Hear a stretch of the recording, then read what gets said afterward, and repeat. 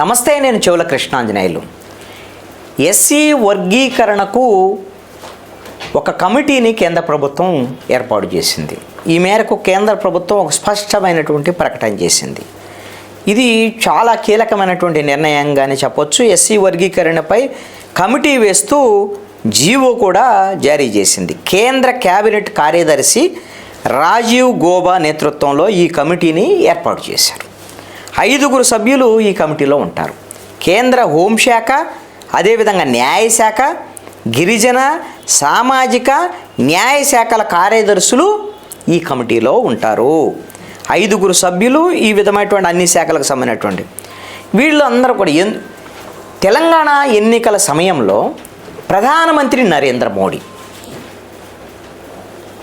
ఎంఆర్పిఎస్కు సంబంధించినటువంటి మాదిగ రిజర్వేషన్ పోరాట సమితి నాయకులు మందా కృష్ణమాదిగ ఏర్పాటు చేసినటువంటి బహిరంగ సభకి ప్రధానమంత్రి నేరుగా హాజరయ్యారు.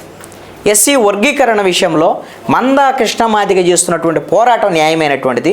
ఆ పోరాటంలో నేను కూడా భాగస్వామిని అవుతానని నేరుగా ప్రధానమంత్రి ప్రకటన చేశాడు. కేంద్ర ప్రభుత్వం కూడా దీని మీద అధ్యయనం చేసి ఖచ్చితంగా ఎస్సీ వర్గీకరణకి కేంద్ర ప్రభుత్వం పూర్తి స్థాయి చర్యలు తీసుకుంటుందని కూడా హామీ ఇచ్చారు. ప్రధానమంత్రి హామీ ఇచ్చాడు. ఖచ్చితంగా తెలంగాణ ఎన్నికల్లో ఈ ప్రభావం చూపించింది. ఎందుకోసమంటే బీజేపీకి క్రిస్టియన్లు, దళితులు అందరూ దాదాపుగా దూరంగా ఉంటారు.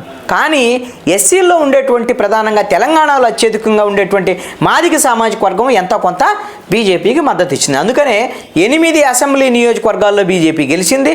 19 అసెంబ్లీ నియోజకవర్గాల్లో 2వ స్థానంలో నిలిచింది బీజేపీ. అందుకని ఆయన ఇచ్చినటువంటి మాటకు అనుగుణంగా ఇప్పుడు ఎస్సీ వర్గీకరణ సంబంధించిన అంశం మీద ఈ కమిటీ ఏర్పాటు చేస్తూ జీవో ఇచ్చారు. ఈ కమిటీ ఏం అధ్యయనం చేస్తుంది?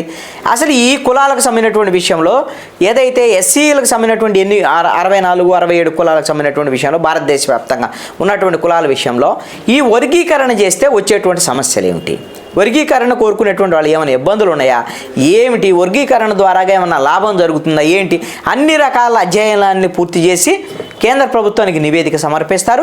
కేంద్ర ప్రభుత్వం దీని మీద నిర్ణయం తీసుకునే దానికి అవకాశం ఉండొచ్చు. మరి ఈ కమిటీ వేశారు కాబట్టి బహుశా 2024 లోక్సభ ఎన్నికల లోపు అయితే మాత్రం ఒకవేళ కమిటీ రిపోర్ట్ అయితే ఇవ్వగలిగిద్దేమో తప్ప ఇచ్చేటువంటి అవకాశం కూడా లేదు. ఎందుకంటే ఫిబ్రవరిలోనే నోటిఫికేషన్ రాబోతుంది లోక్సభ ఎన్నికలకు కూడా. ఇలాంటి పరిస్థితుల్లో వాళ్ళు 6 నెలల్లో అధ్యయనం చేయటం ఇవన్నీ కూడా ఇవ్వటం అనేది సాధ్యం కాదు కదా. భారతదేశ వ్యాప్తంగా ఈ కులాలన్నింటికి వాళ్ళ సమస్యలు ఏంటి, వ్యవహారం ఏంటి, వర్గీకరణ వల్ల లాభమా నష్టమా ఇవన్నీ తేల్చడం అనేది అంత ఈజీ అయినటువంటి పని కాదు. గతంలో వేసినటువంటి కమిటీలకు సంబంధించినటువంటి విషయంలో ఏ విధమైనటువంటి నిర్ణయాలు ఉన్నాయి, ఏ విధమైనటువంటి అభిప్రాయాలు ఉన్నాయి, వాటిని కూడా క్రోడీకరించుకోవాలి. కాబట్టి ఈ ఎన్నికల తర్వాత ఒక 4-5 నెలల్లో అంటే 3-4 నెలల్లో వీళ్ళు ఈ కమిటీ నివేదిక ఇస్తే అప్పుడు ఒకవేళ మళ్ళీ బీజేపీ ప్రభుత్వం అధికారంలోకి వస్తే మరి ఇప్పటికే ప్రధానమంత్రి మాట ఇచ్చున్నారు కాబట్టి అందుకు అనుగుణంగా నిర్ణయం తీసుకునే దానికి అవకాశం ఉండొచ్చు అని చెప్పేసి నేను అనుకుంటున్నాను. ఆంధ్రప్రదేశ్ ఎన్నికల్లో కూడా ఈ అంశాన్ని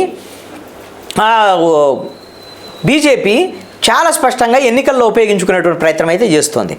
ఈ విధంగా ఎస్సీలకు సంబంధించినటువంటి సమస్యల మీద ప్రత్యేకంగా వైఎస్ఆర్ కాంగ్రెస్ పార్టీ ప్రభుత్వము దళితులకు అన్యాయం చేస్తుందనేటువంటి దాని మీద, అదేవిధంగా ప్రత్యేకంగా ఇది ఏవో మాదిగలకు సంబంధించినటువంటి అంశమే కాకుండా మిగతా అన్ని అంశాల మీద విజయవాడలో ప్రత్యేకంగా బహిరంగ సభను కూడా నిర్వహించింది.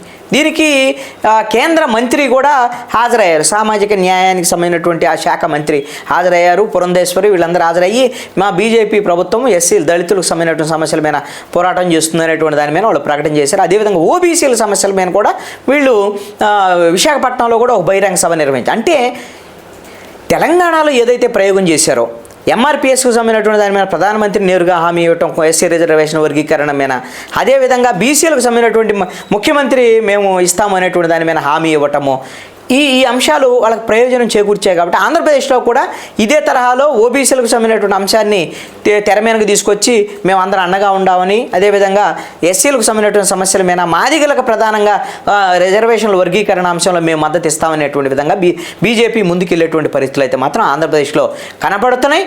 ఈ విధంగా కేంద్రంలో ఇప్పుడు ప్రభుత్వం నరేంద్ర మోడీ ఇచ్చినటువంటి హామీకి అనుగుణంగా ఎస్సీ వర్గీకరణకు ఒక కమిటీ వేస్తూ జీవో తీసుకురావడం అనేటువంటిది కొంత బీజేపీకి దళితుల్లో ప్రధానంగా మాదిగల్లో బీజేపీ వైపు సానుకూలత రావడానికి కొంత ఉపయోగపడేటువంటి అంశంగానే ఉంది అనటంలో ఎటువంటి సందేహం లేదు.